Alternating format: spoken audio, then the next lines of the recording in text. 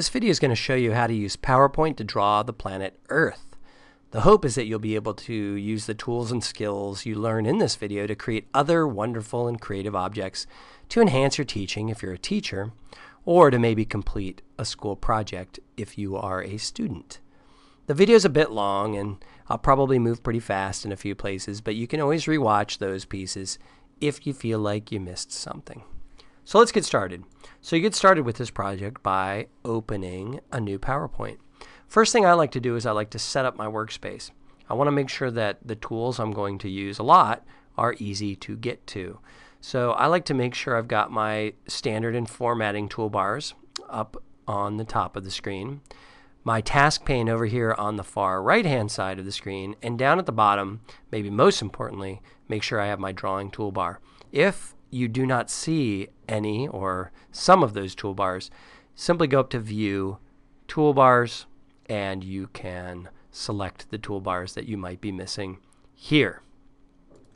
So when you start a new PowerPoint, there's usually these boxes here. Click to add title or click here to add a picture.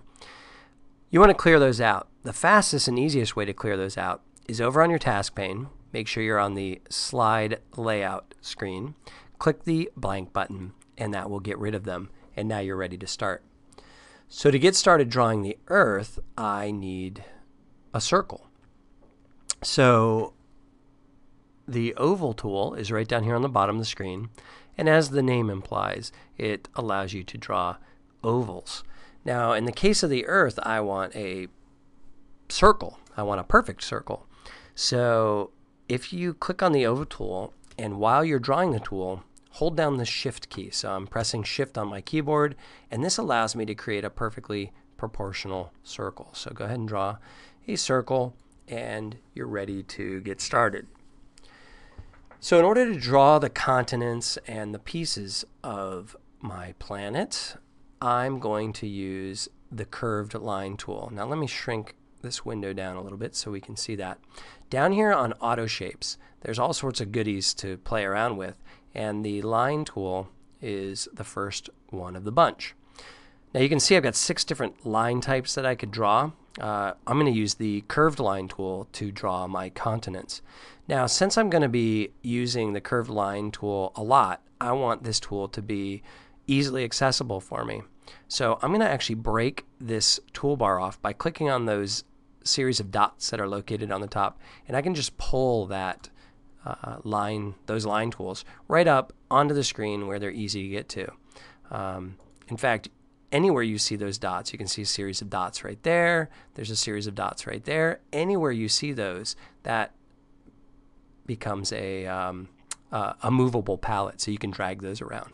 Put that back up there. That'll make it, like I said, really, really easy for me to get back to the line tool without having to go through lots of menus to get to them. So very, very helpful. All right, so let's start drawing the continents. Now, I'll be honest with you. I have a picture here of the Earth that I found on the internet that I'm going to look at while I draw my continents. So I'm going to start with Africa. So again, I'm going to click on this curved line tool, and how this tool works is the first time I click on it, it looks just like a regular line tool, but if I click again, it creates a bendable line. It takes a little bit of getting used to, but once you master it, you can do a lot with it. Now, the best piece of advice I can give for this is to draw little short segments. So you're going to end up clicking a lot, basically, but you can see that you can do a pretty good job with it once you get decent at it. So one nice thing for me anyway is I don't put a lot of pressure on myself. It doesn't have to be perfect. It just has to be kind of good enough. I mean, you can tell that this is probably Africa. You'll easily be able to tell once it's once I'm finished with the rest of the globe. So that little piece there is not real pretty, but good enough. So there's Africa, and I would continue to use this curved line tool to draw in the other pieces, like I put in over here just a little bit of Brazil and South America that you can see. Now, when you get to the edge of the Earth, you just kind of want to keep clicking multiple times and follow the curve as much as you can. Same thing with up here on the North Pole in Antarctica. just go ahead and kind of draw your basic shape, and then when you get to the curve, just kind of follow it as best you can. You don't have to be perfect. In fact, I think it looks a little better when it's not totally perfect. So once you get it all drawn, you're going to end up with something that looks more or less like that. And it's time to add some color to finish my drawing up. Now, the colors are found down here on the paint bucket, also down on the drawing toolbar. And when I click on that, you'll see those little dots there, so I can actually pull my color palette right off the drawing toolbar as well, and I certainly suggest doing that.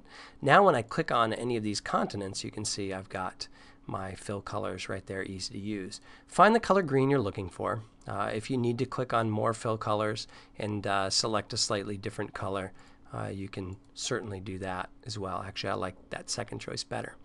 Nice thing about the fill palette is it remembers your custom colors that you've chosen. So now I can very quickly just click and color in all of my objects. So I'm going to click down there, color that in, click there, color that in, click there, color that in. The circle itself I can click on and color that blue. That looks great. And then of course right up here I'm going to click and color that in as well. So very quickly and easily I've got the bulk of it drawn.